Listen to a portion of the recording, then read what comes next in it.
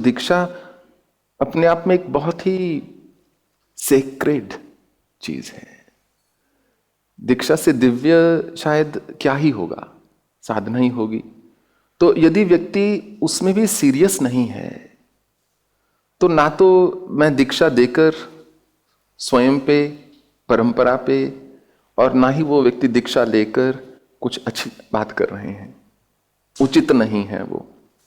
तो इतनी सारी एप्लीकेशंस थी, किसने लिखा हुआ था just like that, why do you seek initiation from me, just like that, no specific reason.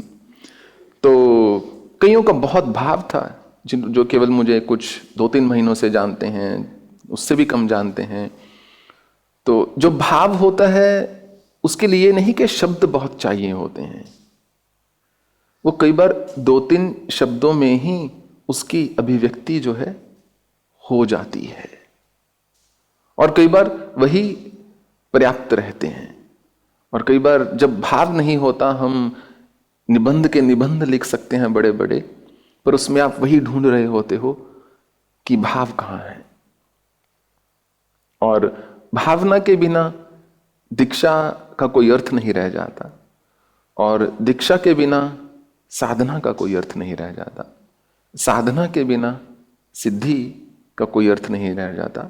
और मनुष्य जीवन लिया और किसी प्रकार से आगे कोई कुछ ईश्वर के पास ना पहुंचे तो फिर मनुष्य जीवन का ही क्या अर्थ रह जाएगा।